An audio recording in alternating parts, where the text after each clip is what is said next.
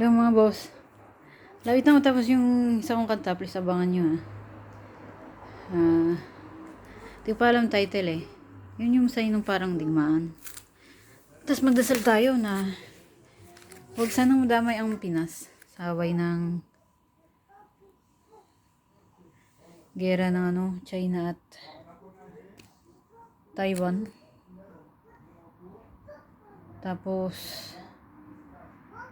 yun, yung kanta ko inspired dito kay Duterte. Tapos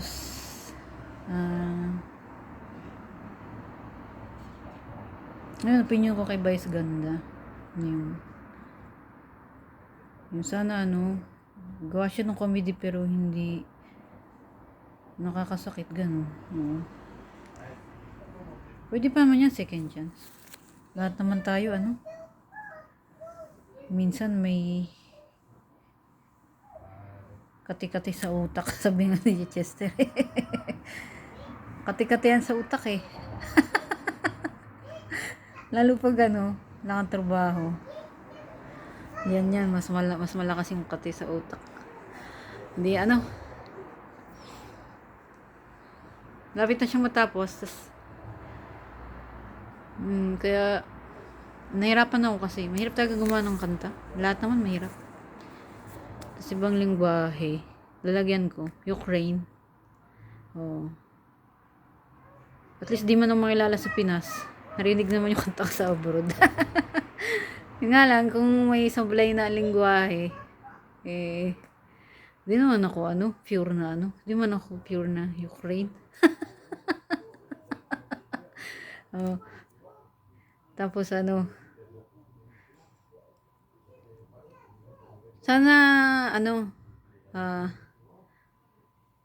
nagets nyo yung message ng mga kanta ko, yung maharap kayo, tapos umaksyon. Tapos kahit mahirap tayo, ganun.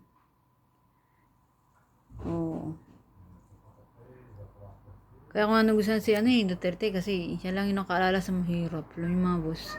Tagal-tagal na yun sa gobyerno. Wala lang nakaalala sa mahirap. Si Duterte yung lang nakaalala sa mahirap na yung sa uniform. Nabanggit ko na ito sa unang kanta eh. Sabi niya wag na lang daw mag-uniform. Natuwa ako roon kasi siya lang yung nakaalala sa lahat. Kasi mahirap talaga mga boss. Mahirap ang buhay. Sa emosyon, sa pera, sa lahat mahirap. Pero yung mga kanta ko, ang message nun, maharap ka, actionan mo. Yung mahirap gagawin mong madali, yung mahirap gagawin mong magaan. So, huwag ka matakot. Madapa ka, tumayo ka ulit. Yun, tas mamimili ka. Kaibigan, tas mga kasama mo. Tas, sa buhay, hindi madali. Ayun.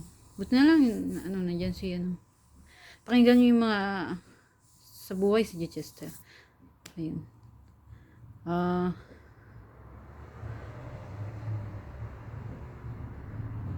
Tapos yung mga gawang kanta, mamimili ako doon ng kanta sa future. Tapos kung mga anak, may babaguhin ako sa iba kong kanta. Ay, hindi. Wala namang babaguhin sa kanta, sa itsura ko pala. Kasi, syempre, tumaba. Papapayat ako, etc. Tapos, lahat naman to negosyo mga boss eh. Lahat pwede maging vlogger. Negosyo to eh. Alam mo na walang libre sa mundo. Pag-ibig lang libre. Di, tawag doon?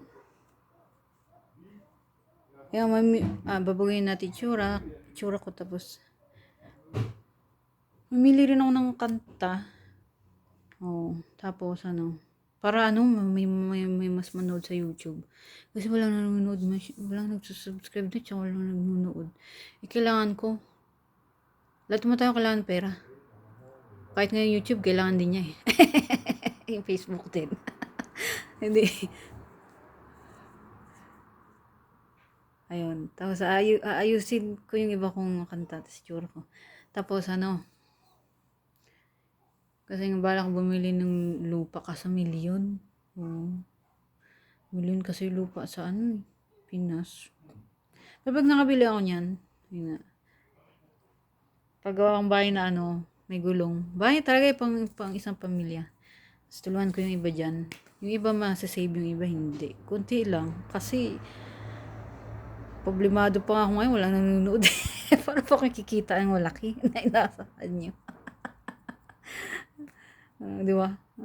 Wala tayo masyadong asahan sa Uh, ang problema ko pa nga, sino manonood nun? Wala nga halos nanonood. Oo, sa YouTube. Please subscribe mga boss ha. Lapit ko na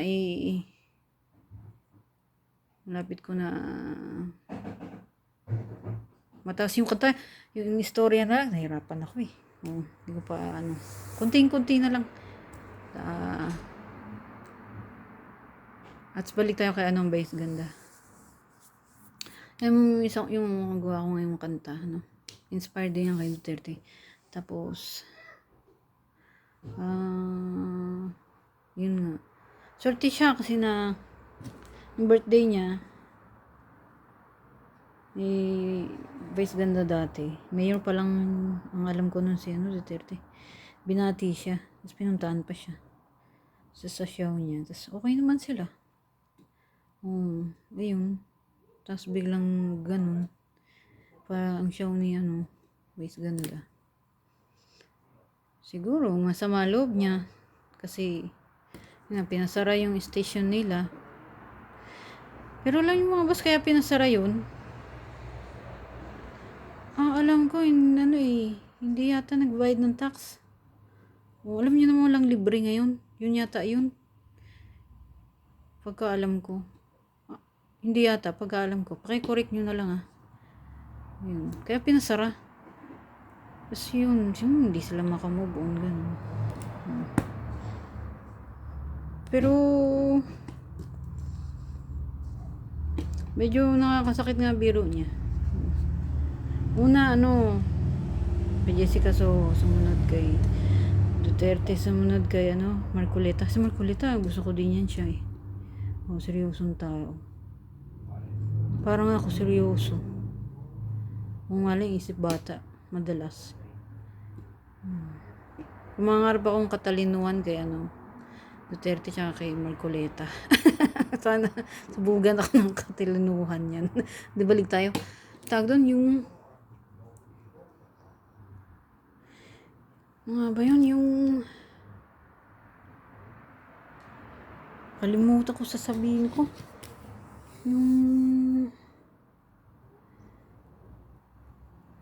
Kalimutan ko na.